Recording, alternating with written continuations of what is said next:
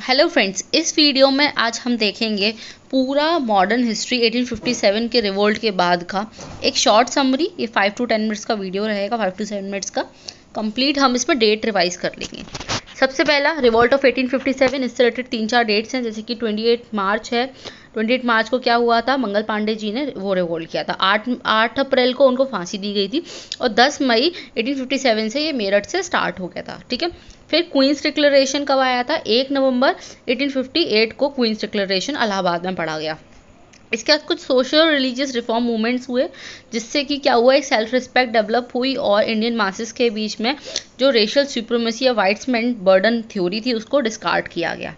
आगे देखेंगे हम इसमें नेक्स्ट जो अपना टाइम चलता है। सबसे पहले हमने बोला सोशल रिलीजियस रिफॉर्म, उससे क्या हुआ, नेशनल कॉन्शियसनेस डेवलप हुई। नेशनल कॉन्शियसनेस में क्या हुआ, जब हम वेस्टर्न मॉडर्न आइडियाज़ के साथ क्लंच किए, हम समझ पाए, तब हमने ब्रिटिशर्स की जो कॉलोनियल लेगेसी थी उसको चैलेंज करना शुरू किया। फिर क्या हुआ, 1885 में इंडियन नेशनल कांग्रेस का फॉर्मेशन हुआ। सबसे पहली जो इसकी मीटिंग थी वो बॉम्बे में हुई। कब हुई, 28 दिसंबर 1885 को तेजपाल संस्कृत कॉलेज में। इसके जो प्रेसिडेंट थे वो आप मुझे कमेंट में बताएंगे। देन आता है मॉडरेट फेज। मॉडरेट फेज में पता है कि 1885 से लेके अपना 1905 तक ये चला था। मॉडरेट फेज जैसे कि आपको पता है कि ये इनिशियल फेज था और इसकी जो हमारे की फीचर्स हैं, इन द सेंस कि क्या इसमें मेन चीज़ें रखी गई थी। तो ये लोग क्या करते थे, सबसे पहली चीज़ कि कॉन्स्टिट्यूशनल मेथड्स का यूज़ करते थे पॉलिटिकली ज़्यादा पावर लेने के लिए। ये लोग ब्रिटिश रूल को गलत नहीं मानते थे, सही मानते थे। और इनका जो सारे कॉन्स्टिट्यूशनल या फिर बोलते हैं ना रिजोल्यूशन, पिटीशन, मीटिंग, इन सब का सहारा लेते थे। और इनके कुछ कॉन्ट्रीब्यूशंस हैं, जैसे कि इकोनॉमिक क्रिटिक दिया गवर्नमेंट को, ब्रिटिश इंपीरियल पॉलिसीज़ को, कॉन्स्टिट्यूशनल रिफॉर्म्स लेके आए। ये कुछ ऐसे इन्होंने काम किए थे। और सबसे मेन चीज़ है कि एक इंडियनाइजेशन ऑफ गवर्नमेंट सर्विसेज के ऊपर इन्होंने बल दिया, बट ये बहुत ज़्यादा कुछ अच्छा अचीव नहीं कर पाए थे। फिर आता है हमारा, आपको पता है पार्टीशन ऑफ बंगाल कब हुआ, 1905 में हुआ।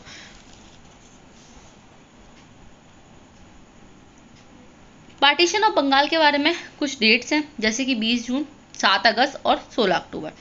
सो इसमें मेन चीज़ 16 अक्टूबर में याद रखनी है, इस दिन final partition of Bengal execute किया गया था। तो ये वाली डेट इंपॉर्टेंट है। Next is Abhinav Bharat. ये 1906 में एक क्या बोलते हैं इसको, वीडी सावरकर जी ने लंदन में इसको गठित किया था। फिर स्वदेशी मूवमेंट कब आया था, जैसे ये पार्टीशन होता है तो 1905-1906 में ये स्वदेशी मूवमेंट आ जाता है। फिर एक्सट्रीमिस्ट फेज जो है वो शुरू हो जाता है 1905 से 1915 तक। अच्छा, इसके लिए आप ये याद रखिएगा, जो एक्सट्रीमिस्ट फेज है इसमें जो लीडर्स हैं वो लाल पाल बाल, सबको पता है, ये हम पढ़ चुके हैं पहले ही, ये रिवीजन है तो इसको मैं शॉर्ट में रखूँगी। इनके जो मेथड्स थे वो थे थोड़े से जो एक्टिव एक मेथड्स होते हैं, जैसे कि धरना देना, मतलब कि हमारा प्रोसेशंस लीड करना, और ये सारी चीज़ें इनकी जो थी। नेक्स्ट आते हैं हमारा 1906 में मुस्लिम लीग की स्थापना हुई। 1907 में सूरत स्प्लिट, रास बिहारी घोष इसमें प्रेसिडेंट थे, सूरत स्प्लिट हुआ। 1909 में हमारा गवर्नमेंट ऑफ इंडिया एक्ट 1909 आया, मॉडलिमेंटो रिफॉर्म भी बोलते हैं, और इसमें अपना जो सेपरेट इलेक्टोरेट फॉर मुस्लिम्स इसमें इंट्रोड्यूस किया गया।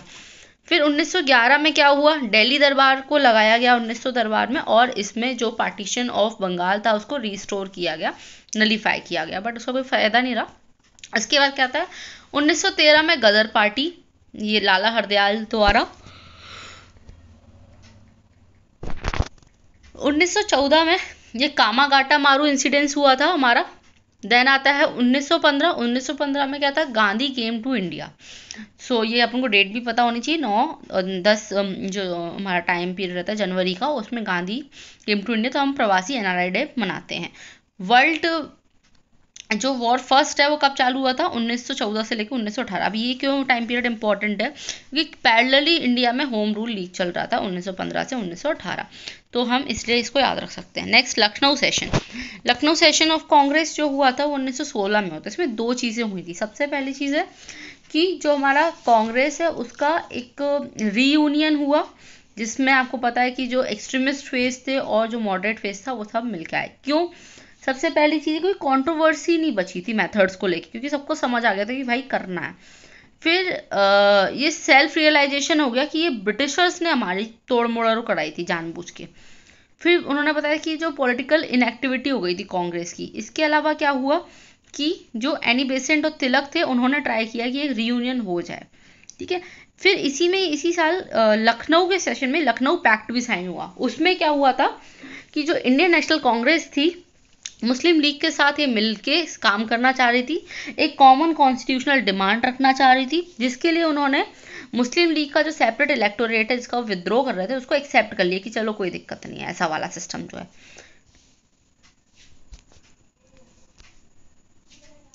देन हमारा जो आता है अगस्त डिक्लेरेशन। ये जब वर्ल्ड वॉर चल रहा था उस समय की बात है, तो अगस्त डिक्लेरेशन आया।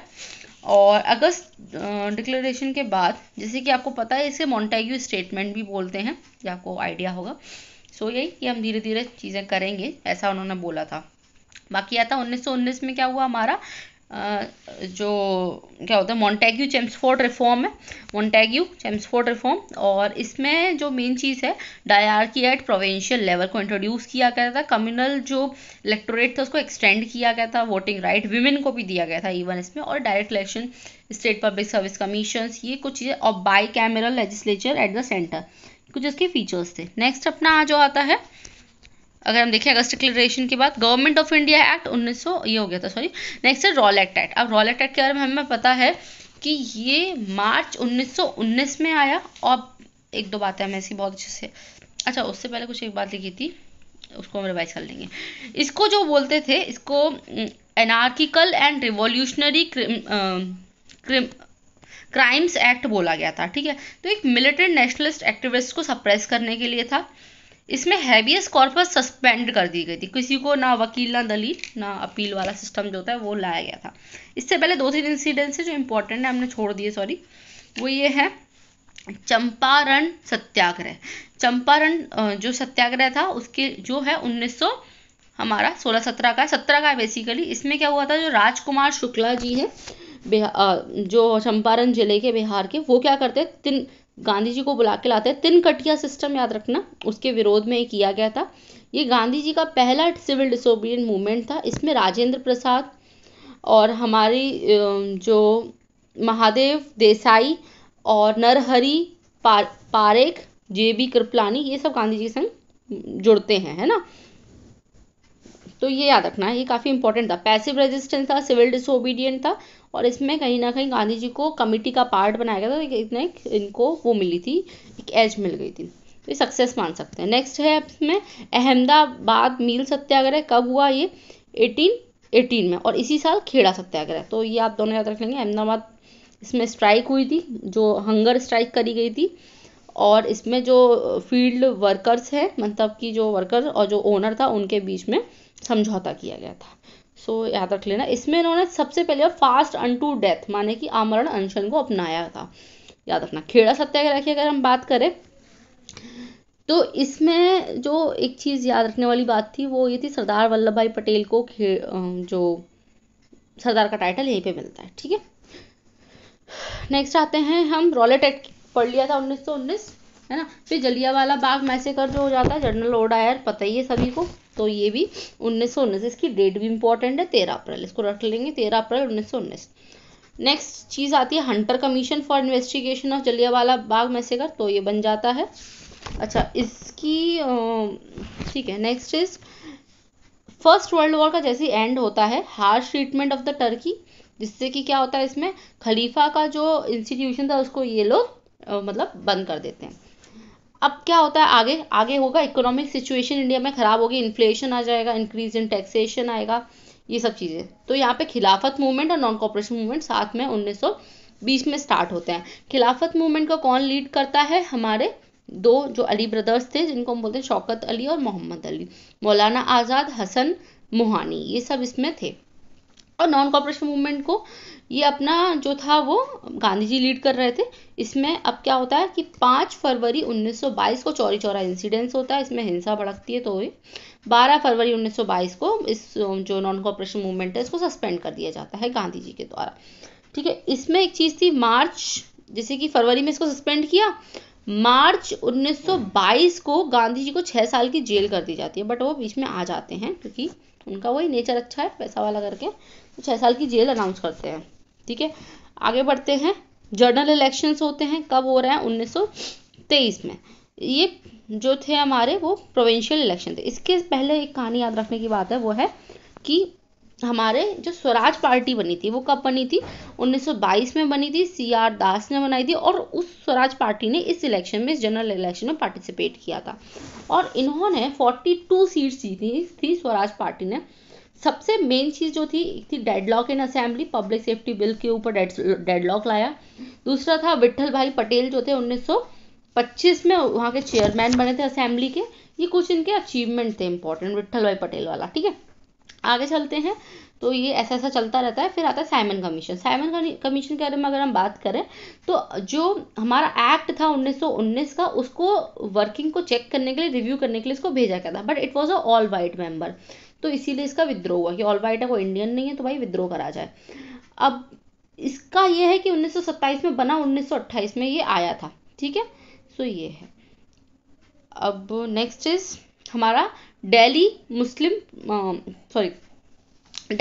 प्रपोजल, ये 1927 का है। इसमें क्या बोलते हैं ये लोग कि 1/3 seat should be reserve for the Muslim, ये इन्होंने बात की। नो सेपरेट इलेक्टोरेट, हम सेपरेट इलेक्टोरेट नहीं रहेंगे, लेकिन हमें सीट चाहिए 1/3। बट यहाँ पे कांग्रेस वही मानती नहीं है, तो दिक्कत हो जाती है, ये वाला सिस्टम रहता है। अच्छा, इसके बाद क्या होता है सॉरी, इसके बाद क्या होता है, एक नेहरू रिपोर्ट आती है जो कि मोतीलाल नेहरू लेकर आते हैं, और जिन्नास के 14 पॉइंट आते हैं, 14 पॉइंट। अब देखो जो नेहरू रिपोर्ट है वो क्या था, एक जो हमारे प्राइम मिनिस्टर थे वहाँ के यूके के, उन्होंने चैलेंज किया था कि आप ऐसा कॉन्स्टिट्यूशन नहीं बना सकते हो जो सब लोग मानने योग्य को। तो फिर नेहरू ने अपना एक कॉन्स्टिट्यूशन बनाया जिसको नेहरू रिपोर्ट के नाम से बोला जाता है। और इसमें इन्होंने क्या बोला था, एक तो सबसे पहले इंडिया को एक डोमिनियन स्टेटस दिया जाए। दूसरा इन्होंने बोला था सेपरेट इलेक्टोरेट को रिजेक्ट किया, 19 फंडामेंटल राइट किए, पार्लियामेंट में बोला कि बाइकैमरल होगी, रिस्पॉन्सिबल गवर्नमेंट होगी सेंटर में, इस तरीके की बहुत सारी बातें बोली। ठीक है, सेक्युलरिज्म रहेगा, फलाना ढिमाका। फिर इसको मुस्लिम लीग नहीं मानती है। मुस्लिम लीग में क्या होता है, जिन्ना के 14 पॉइंट आ जाते हैं, कब? 1928 में। ये बोलते हैं कि कॉन्स्टिट्यूशनल गवर्नमेंट होगी, प्रोविंशियल ऑटोनॉमी होगी, ये मतलब उससे काफ़ी अलग बातें बोलते हैं। 1/3 मुस्लिम रिप्रेजेंटेशन होगा सेंटर में, एडिक्वेट रिप्रेजेंटेशन ऑफ मुस्लिम्स रहेगा, मतलब मुस्लिम ऐसा चलता है उनका थोड़ा सा, बट वो भी कोई नहीं मानता। इसके बाद क्या होता है भाई, लाहौर का कांग्रेस सेशन जो सबसे इम्पोर्टेंट है, पूर्ण स्वराज के लिए इम्पोर्टेंट है, पंडित जवाहरलाल नेहरू इसके प्रेसिडेंट थे। तो ये लाहौर सेशन, जिसमें अनुसार ये लोग 1930 में 26 जनवरी को इंडिपेंडेंस डे, मतलब फर्स्ट इंडिपेंडेंस डे को मनाते हैं स्वराज दिवस के रूप में। तो ये इसी तरीके से अपन का जो कॉन्स्टिट्यूशन है वो 26 जनवरी को करा गया था, इसीलिए। ठीक है, तो अब नेक्स्ट आता है कहानी, वो ये है कि एक इलाहाबाद एड्रेस 1930 का, फिर सिविल डिसोबीडियंट मूवमेंट आता है।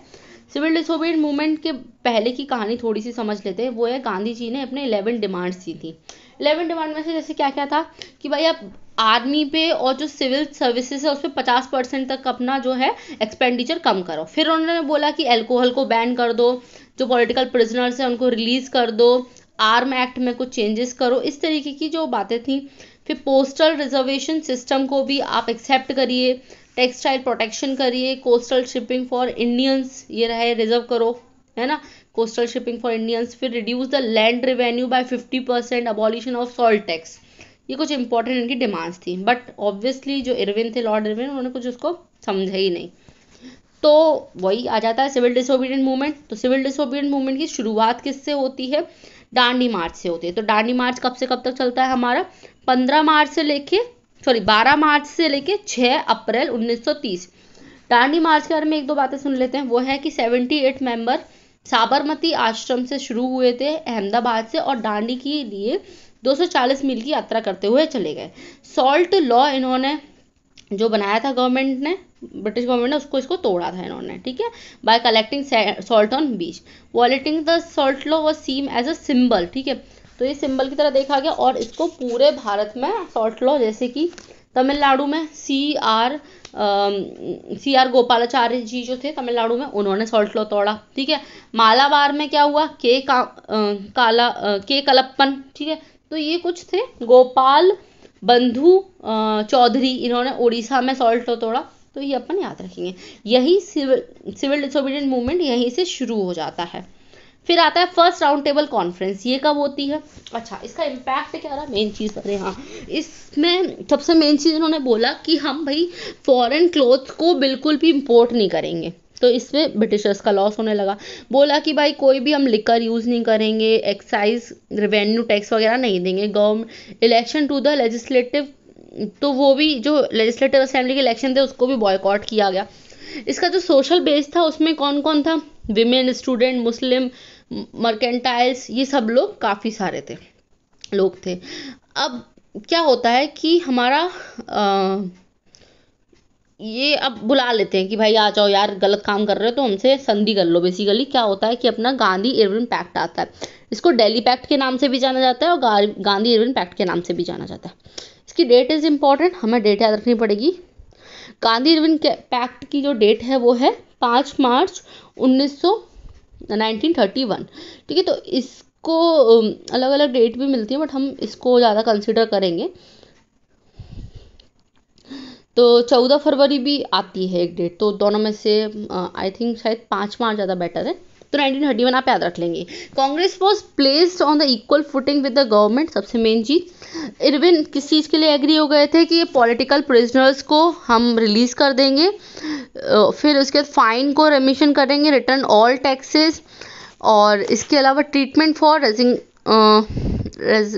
रिजाइन गवर्नमेंट, मतलब जो अच्छा ट्रीटमेंट देंगे जो रिजाइन गवर्नमेंट ऑफिसर्स थे। राइट टू मेक सॉल्ट हो गया, right to peaceful and non violent picketing, मतलब कि धरना प्रदर्शन, withdrawal of the emergency ordinance, ये कुछ चीज़ें इन्होंने बोल दी थी। फिर भगत सिंह वगैरह को इसमें नई रियायत दी गई थी, है ना। और गांधी जी 2 बातों के लिए एग्री किए थे। सबसे पहला हम सिविल डिसोबीडियंट मूवमेंट को बंद करेंगे और दूसरा कि राउंड टेबल कॉन्फ्रेंस में हम पार्टिसिपेट करेंगे। तो जो फर्स्ट राउंड टेबल कॉन्फ्रेंस थी तो वो 12 नवंबर 1930 को हुई। ठीक है, इसके बाद तो उसमें गांधी जी ने पार्टिसिपेट नहीं किया था क्योंकि तब तक गांधी इरविन पैक्ट नहीं हुआ था। तो गांधी इरविन पैक्ट क्या हुआ, 5 मार्च 1931 को हुआ। सेकेंड राउंड टेबल कॉन्फ्रेंस पे हम ये देखते हैं कि गांधी जी का पार्टिसिपेशन होता है 12 सितंबर 1931 को। यहाँ पर जिन्ना भी जाते हैं, अच्छा फर्स्ट वाले में जिन्ना और अम्बेडकर थे, सेकंड वाले में गांधी जी गए थे।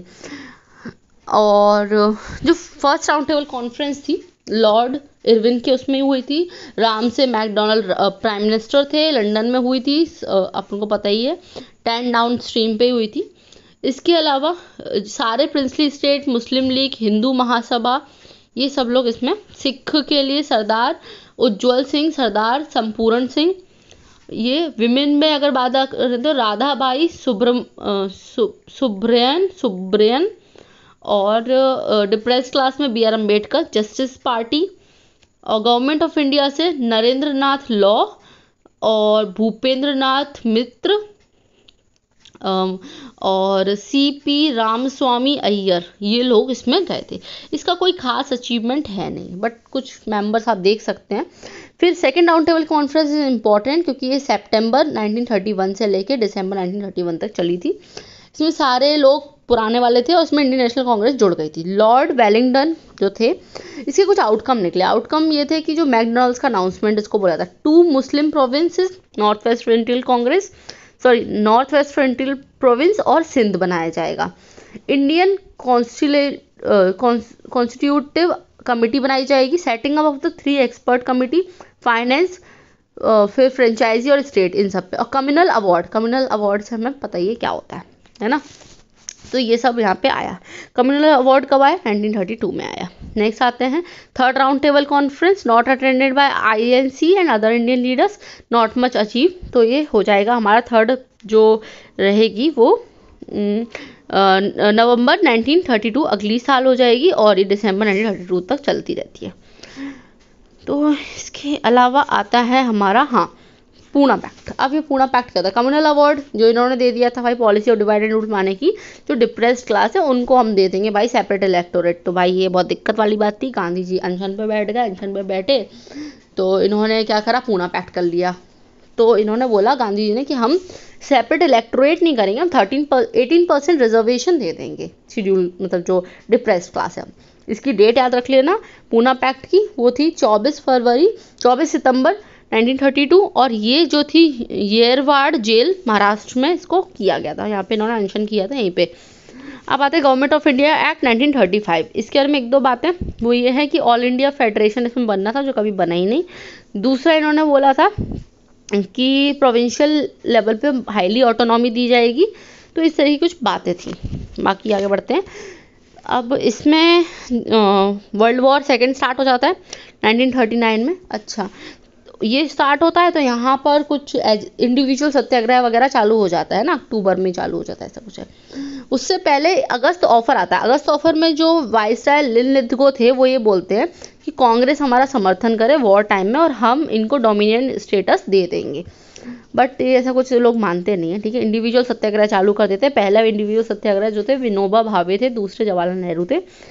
अच्छा, जो दिल्ली चलो आंदोलन है वो फर्स्ट इंडिविजुअल सत्याग्रह का है, ना कि कहीं और से रिलेटेड है, ठीक है। तो यह याद रखना है। आगे चलते हैं। यहाँ पर आ जाता है अपना इलेक्शंस ऑफ 1937। इसमें 7 स्टेट कांग्रेस ने जीते थे, इसको याद रखने वाली बात रहेगी। अच्छा, उसके बाद आता है नेक्स्ट अपना पार्टीशन ऑफ कांग्रेस। ये कैसे था,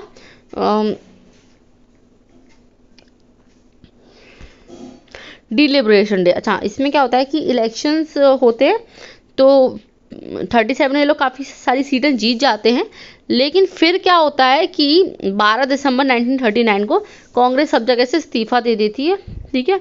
और डिलिब्रेशन डे उसको मनाते हैं कौन, मुस्लिम लीग वाले। तो आगे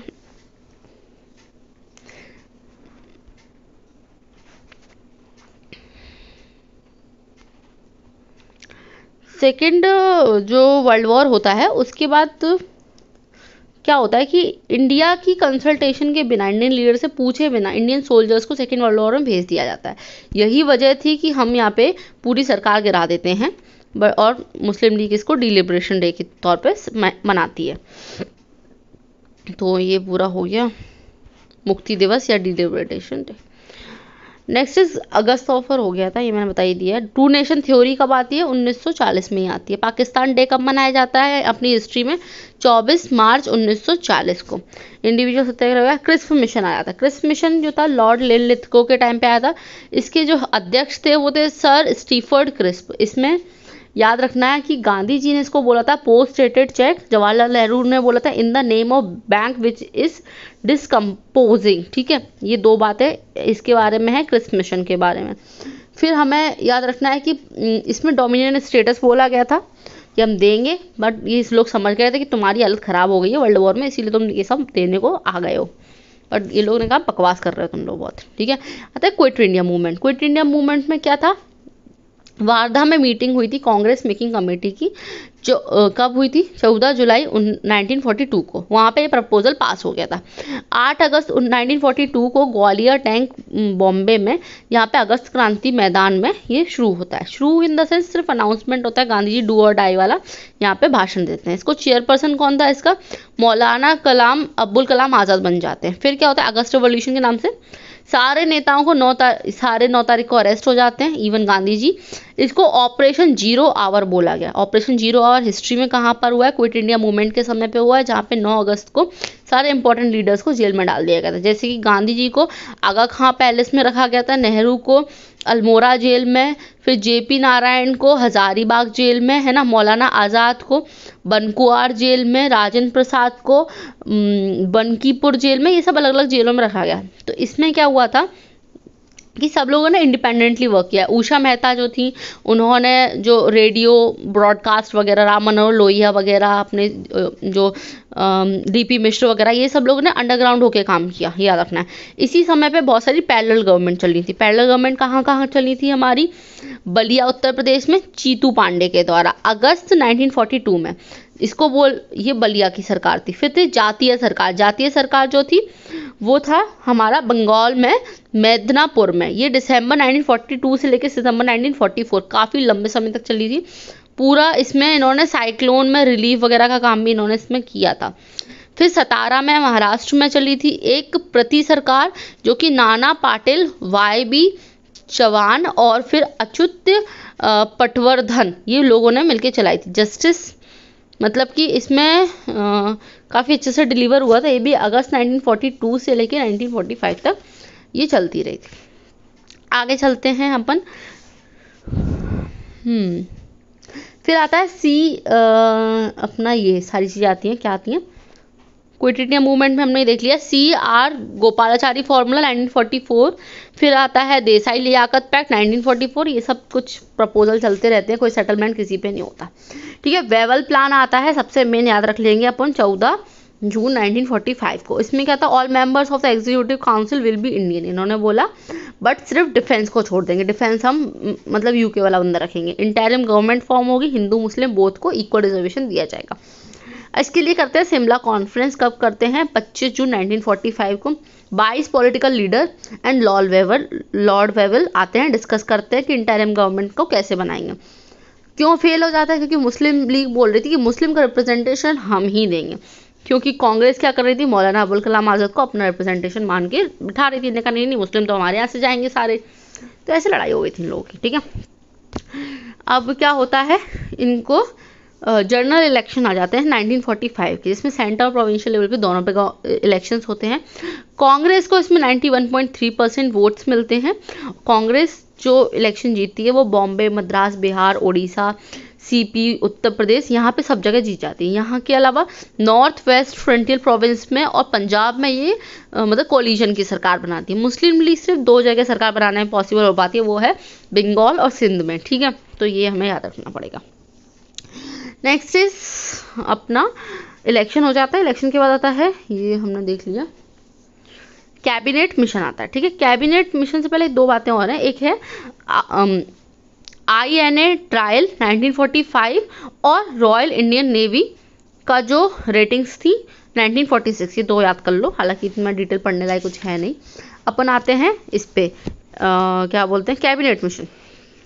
कैबिनेट मिशन 1946 में आया। Sir Patrick Lawrence, sir Stafford crisp और AV अलेक्जेंडर, ये सब लोग थे इसमें।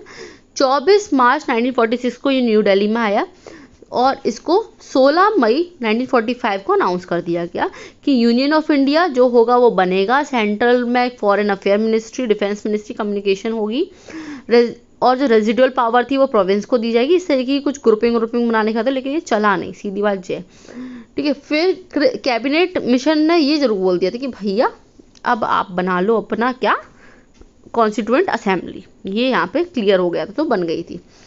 तो कब बनी कॉन्स्टिट्यूएंट असेंबली? इसके द्वारा, कैबिनेट मिशन के द्वारा, जुलाई 1946। ध्यान से देखो, 24 मार्च को आया और जुलाई 1946 को ये बन रहा है। कितना टाइम लग गया? बहुत सारा। तो इसमें लीग ने बोल दिया था कि नहीं हम तो नहीं मानते आपको। उन्होंने डायरेक्ट एक्शन बोल दिया था कि हम तो दंगे करेंगे, सीधी चीज है। तो उन्होंने डायरेक्ट एक्शन डे 16 अगस्त 1946 को अनाउंस कर दिया था। क्लीमेंट एटली जो वहाँ के प्राइम मिनिस्टर थे, उन्होंने क्या अनाउंस किया कि हम 20 फरवरी 1947 को अनाउंस किया कि इंडिया को आज़ादी मिलेगी 30 जून 1948 को, माने कि नॉट 15 अगस्त 1947, बल्कि 30 जून 1948, मतलब अगली साल 30 जून को हम आज़ादी देंगे, ये बोला उन्होंने। और इन्होंने क्या किया था, उसी समय पे लॉर्ड माउंटबेटन को भेज दिया। बट पता नहीं क्या मची एकदम से इन लोगों को। इन्होंने 3 जून को लॉर्ड माउंटबेटन प्लान लिया है, बोल दिया कि भाई ट्रांसफ़र ऑफ पावर कर देंगे, हम डोमिनियन स्टेटस देंगे, 2 सक्सेसफुल नेशन बनेंगे, इंडिया और पाकिस्तान। ट्रांसफ़र ऑफ पावर बोला कि 15 अगस्त को दी जाएगी। और ये जो प्लान रेटिफाई किया वहाँ की पार्लियामेंट, सोचो कब 3 जून को ये प्रपोजल आया, 18 जुलाई को वहाँ पे पास भी हो गया। और 15 अगस्त को यहाँ पे ये लोग 12 अगस्त को इन्होंने क्या किया कि 12 अगस्त 1947 को जो रेड क्लिफ बाउंड्री जो है ना उसके लिए कमेटी बनी 12 अगस्त को, सोचो, और 17 अगस्त को इम्प्लीमेंट भी कर दी गई, मतलब इतनी जल्दी।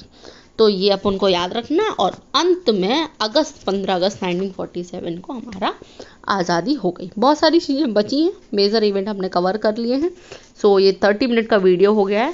Thank you and subscribe to our channel.